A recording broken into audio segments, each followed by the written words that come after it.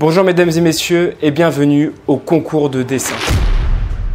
Nouveau format aujourd'hui, le thème de ce concours était de transformer un personnage de manga, n'importe lequel, en une lune démoniaque, les grands méchants dans Demon Slayer. Mais bon, je pense que maintenant, beaucoup connaissent. Et comme la communauté semblait aussi emballée à l'idée, je vais moi aussi participer à ce concours. La pression que ça va me mettre. Bon, j'explique rapidos les règles. Je vais vous présenter tour à tour les dessins des participants. Et vous allez voter pour vos préférés dans le lien du site que je vais mettre en description. C'est assez facile à faire, on clique sur notre préféré et on clique sur envoyer. Mais attention, dans ce concours, il y a deux catégories. Il y a le plus beau dessin et aussi le personnage que vous verrez le plus dans Demon Slayer. C'est pas forcément le dessin le plus beau, mais celui que vous verrez le plus intégré à l'univers.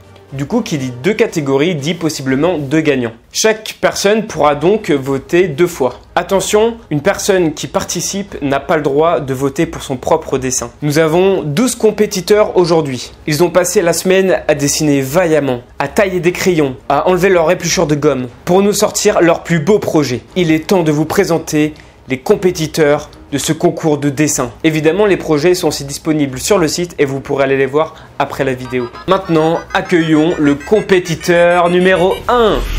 Il se nomme Ladrauntic et il a choisi de transformer un personnage qui est peut-être l'un des personnages les plus connus de l'univers manga. En tout cas, ses livres battent des records de vente et aussi de longueur de tome. On peut accueillir l'un des plus grands pirates de l'histoire sous sa forme démoniaque. On appelle Luffy. Ici, on le retrouve dans sa forme Gear Force Snackman. Et il porte la tenue de samouraï de l'arc Wano qui s'intègre très bien à l'univers de Demon Slayer. Il a aussi choisi de remplacer sa cicatrice par des glyphes bleus. Pour les cornes et le chapeau, il s'est inspiré de la 4e lune démoniaque. On souhaite donc bonne chance à notre Mugiwara.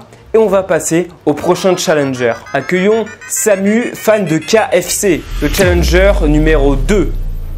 Il nous a présenté un héros qui est peut-être le héros le plus connu de la nouvelle génération, que la plupart des jeunes connaissent. Je vous présente Deku de My Hero Academia en mode lune démoniaque. Pour faire ce dessin, il a décidé de fusionner Akaza de Demon Slayer avec Deku. On y retrouve les mélanges des couleurs, les mélanges des personnages, les glyphes. Une fusion clairement réussie, même Gogeta n'aurait pas fait mieux. Il est temps maintenant pour nous d'accueillir le challenger numéro 3. Itazio, qui transforme un personnage qui de base est très charismatique. Il a rendu démoniaque Gilgamesh de la série Fate. Il a transformé son armure et son apparence divine en quelque chose de démoniaque, de lugubre et aussi de sanguinaire. Son pouvoir, permettant d'invoquer une infinité d'armes corrompues, s'appelle désormais Forge démoniaque. Son air calme et serein est similaire à celui de la première lune. Il est donc devenu la première lune. Passons maintenant au challenger suivant. Le numéro 4, Junior Dessin,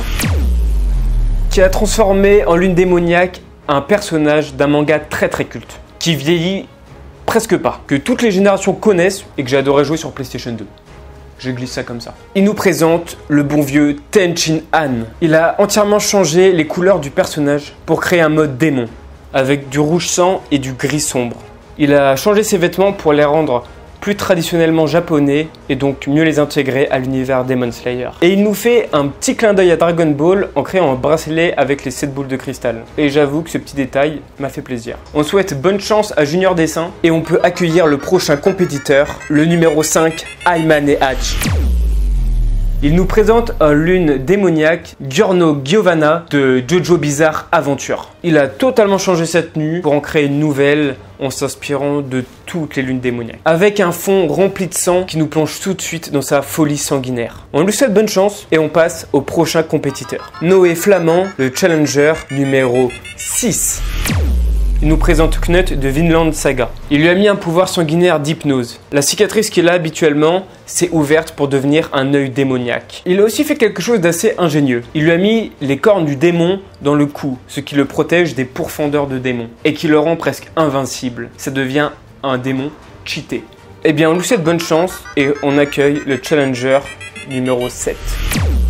Mamame avec le personnage Kurapika de ma série préférée qui est Hunter x Hunter ou Hunter x Hunter, je sais jamais, c'est un grand débat. à vous de trancher. Elle nous a fait un dessin très traditionnel, avec du marqueur, de l'encre, du pastel, du crayon de couleur, du gel blanc, tout l'attirail du mangaka. Elle a fait une peau pâle à Kurapika pour qu'il ait une peau de démon, avec du sang sur la joue et sur l'arme qui montre qu'il vient de chasser. Généralement, les démons ont des glyphes démoniaques, et là, elle a mis sur la joue le tatouage de Hunter x Hunter à la place. Celui qu'on trouve sur les petites cartes pour devenir Hunter. On peut lui souhaiter bonne chance, et maintenant restons encore un peu dans Hunter x Hunter en accueillant le prochain participant. Le numéro 8, Monsieur Antoine Story.